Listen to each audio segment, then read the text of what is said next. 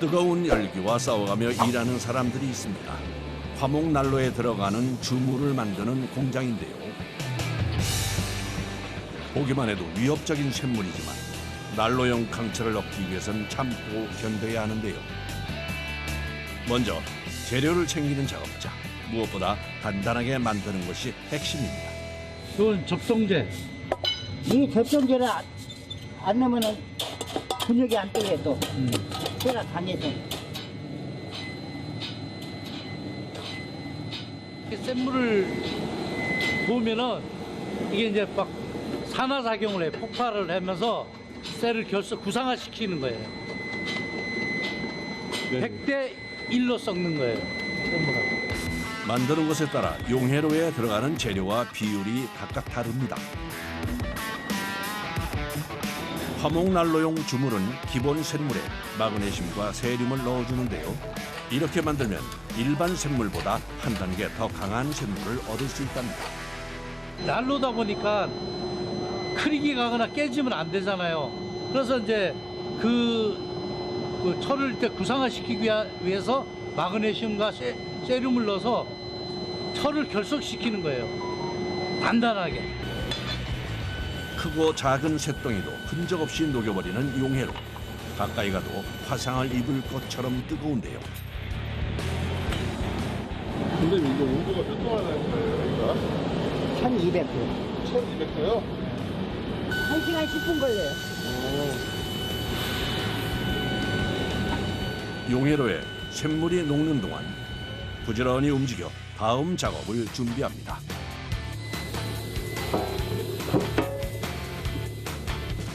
이건 벽난로예요. 벽난로? 예. 아직까지는 화목난로를 통째로 만들 수 없기 때문에 이렇게 각 부분을 만든 후 나중에 합쳐주는데요. 먼저 금형틀 위에 모래를 퍼서 올립니다.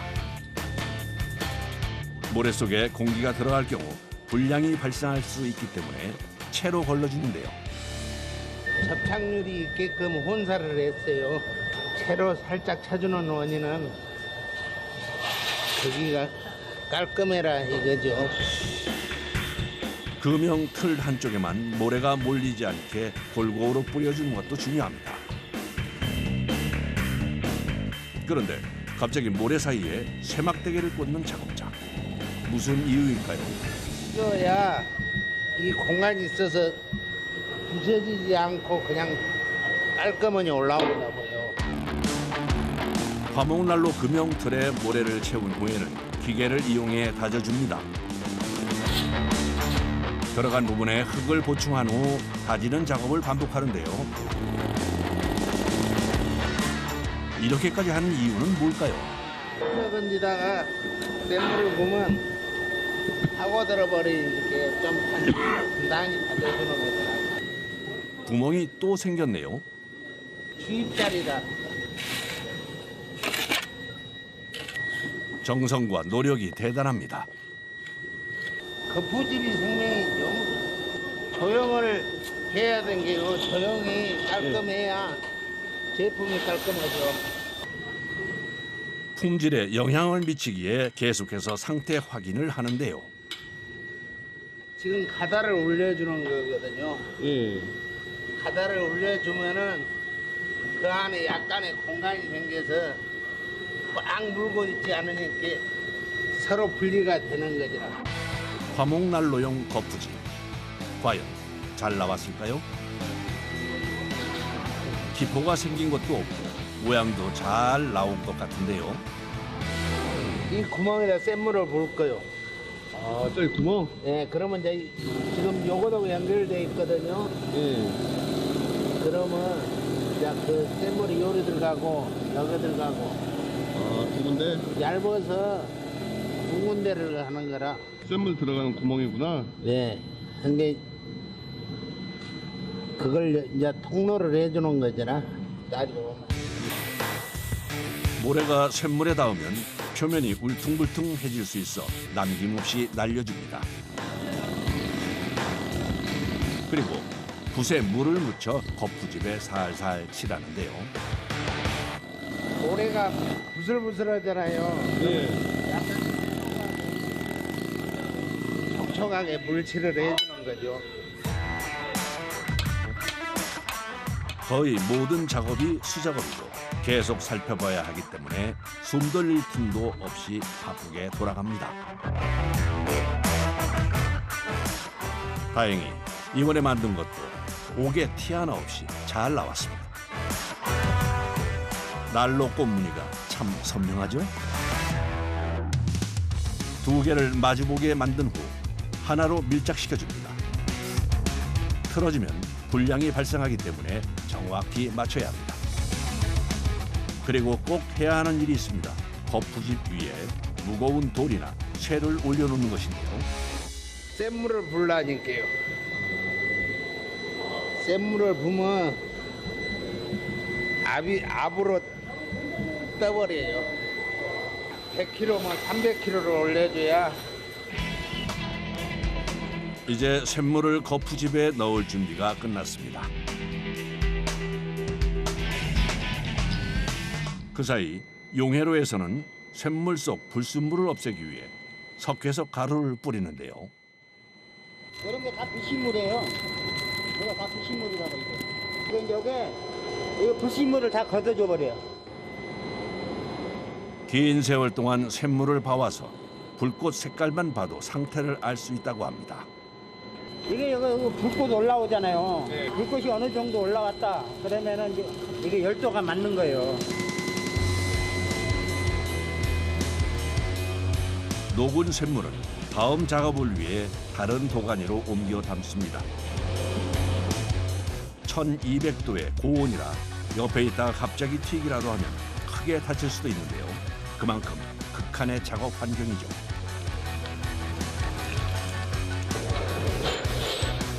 하지만 화목난로를 만들기 위해서 매일 쇳물 앞에 서야 하는 작업자.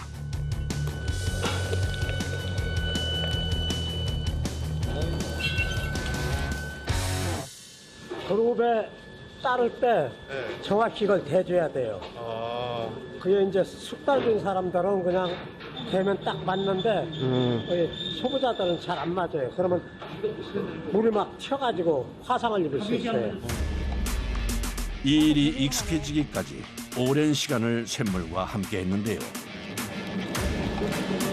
하지만 예고 없이 찾아오는 것이 사고이기에 잠시도 방심할 순 없습니다. 이 쇳물이 얼마 안 돼 보여도 한 번에 옮기는 무게가 약 20kg.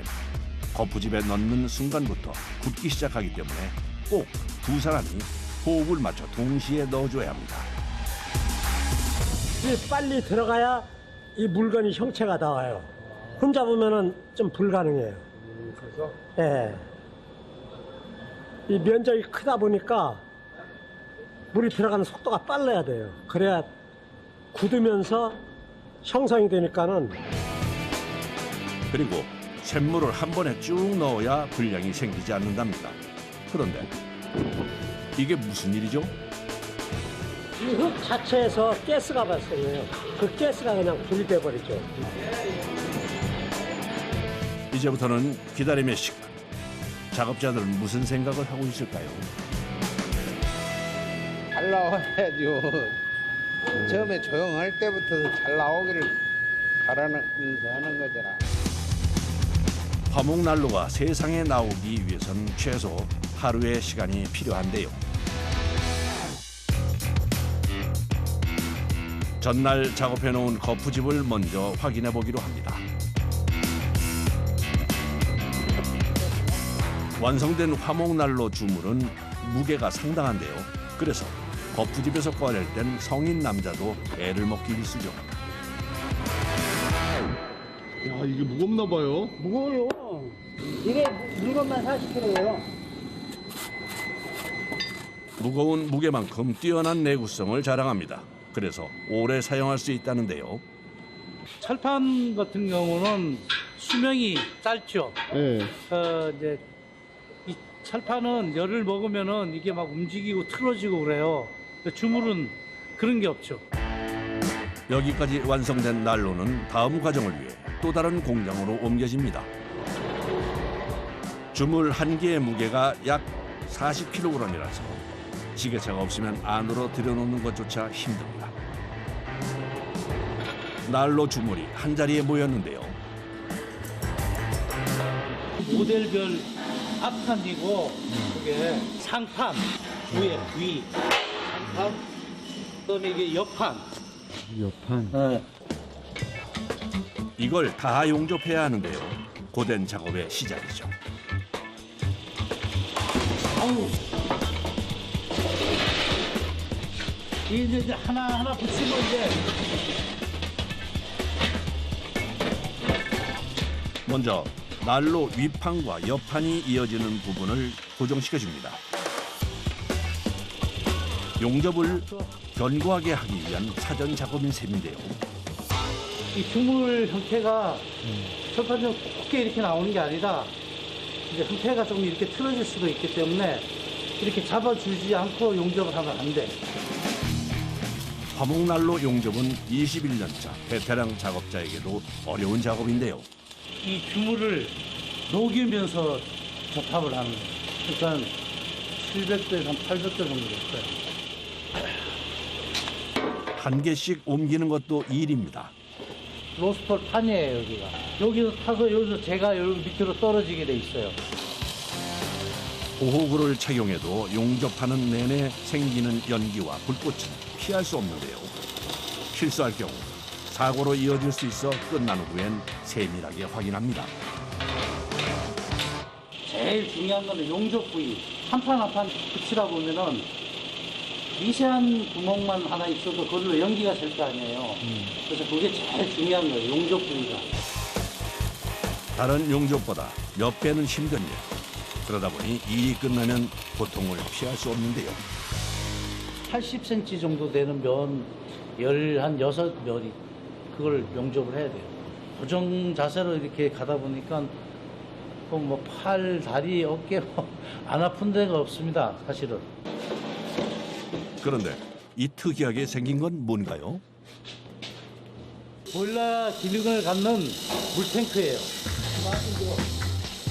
화목난로에 보일러 기능이 추가돼 난방비 절감 효과까지 있다는데요. 어떤 원리일까요? 그냥 일반 벽난로는 나무를 대면 그 내열만 나잖아요.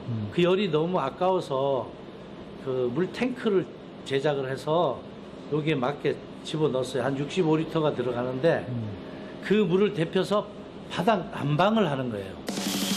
화목난로를 만들면서도 게을리하지 않았던 연구. 매일 주물판과 씨름하면서 얻어낸 귀한 성과인데요. 하지만 철판을 다듬고 가공하는 일이 어렵다 보니 몸 여기저기에 영광의 상처도 가득합니다. 손이 비린다거나 방치로 때려서 뭐 멍이 든다든가 뭐 이런 거 비일비재하는 얘기죠. 진짜 히트철이다 이거. 양쪽 다리 성한 다리가 없어. 정신없이 바꾸다 보면 이런데 부딪히고 까지고. 아유. 하나, 둘, 우와.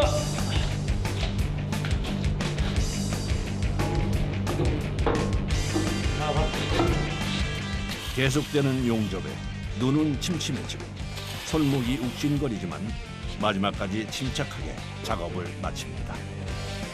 자, 이제 완성된 겁니다, 이게.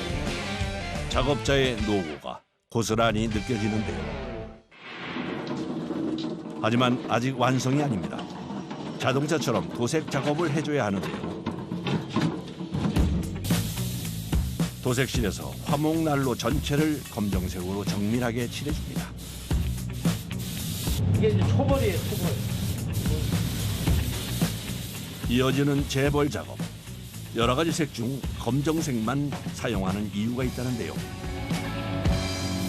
난로 실내 안에서 나는 최고 바닷점이 날 때 900도까지 나요. 그럼 팬트가 다 벗겨지니까 200도 이상 견딜 수 있는 도료가 없어요. 검정색밖에 없어서 검정색으로 두들겨 칠하는 거예요.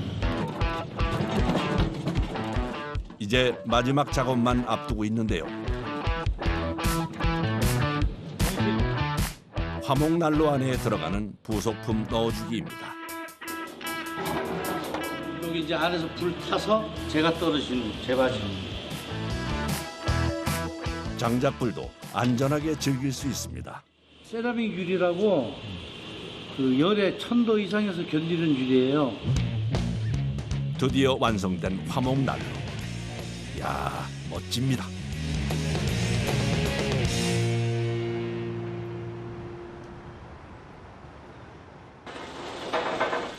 바로 난로를 주문한 고객에게 배송됩니다.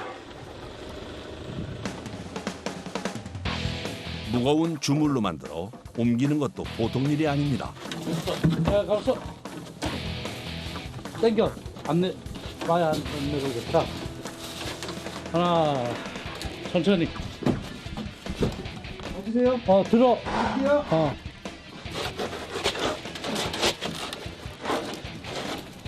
됐어. 가고 있어. 자, 밀어. 하나, 둘. 하나, 둘. 하나, 둘. 자, 밀어 좁아. 무게가 얼마나 나가는 거죠? 300kg 나갑니다. 300kg요? 네. 하나, 둘. 들어서 밀어. 됐어. 자. 무게 때문에 바닥이 손상될 수 있어 바닥에 내리기까지 작업자는 온 신경을 집중합니다. 지그재그야.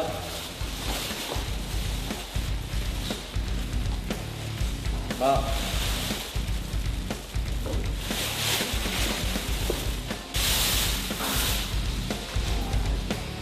다행히 망가진 곳 없이 잘 도착했습니다. 옮기는데 체력을 다 쏟아부어 지친 상태지만 작업을 더 늦출 수 없기에 서둘러 연통 설치에 나서는데요. 연통이 꽤 많네요. 이건 높이 한번 보세요. 8m 여기서. 옛날에 우리 시골에 집은 보통 한 2m 30 정도 되는데 지금은 뭐 7, 8m 기본이에요. 다 높게 지시더라고. 층고가 높아진 만큼 할 일도 늘었습니다. 하지만 화목난로 설치 작업에서 연통이 중요한 만큼 세심하고 꼼꼼하게 작업해야 하는데요. 안전과 직결돼 있기 때문입니다.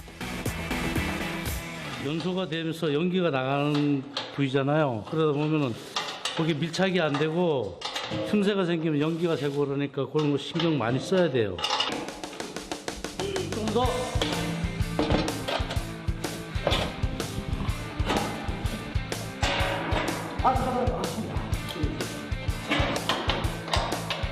연통 연결을 마무리하기 위해 이번에는 옥상으로 향합니다. 미리 작업해 놓은 구멍으로 바깥 연통과 안에 있는 연통을 연결하려는 것인데요.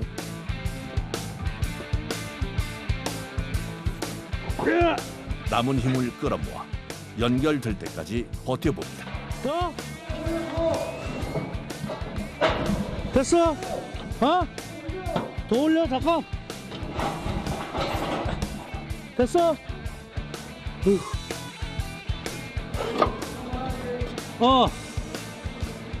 힘자면 맞춰. 이 무게가 있으니까 많이 힘은 들죠. 장비가 올 수가 없으니까 산중이라 전원주택은 야 이렇게 수작업 손으로 할 수밖에 없어요. 그래도 합이 잘 맞아 이만하면 수월하게 끝난 편인데요. 마지막으로 연통을 비로부터 보호해줄 가림막까지 씌워주면 설치가 완전히 끝납니다.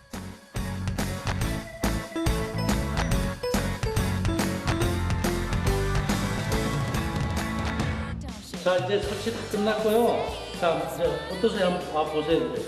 사진으로 보는 것보다 직접 설치해 놓으니까 웅장하고 네. 멋있고요. 일단은 온기가 빨리 데워지는 것 같아요. 바닥 얼마나 따뜻한가? 따뜻하네. 따뜻하다. 금방 따뜻해지네. 올겨울은 걱정 없을 것 같아요. 글쎄요. 따뜻한 겨울을 보낼 수 있게 오늘도 최선을 다하는 사람들, 그들을 응원합니다.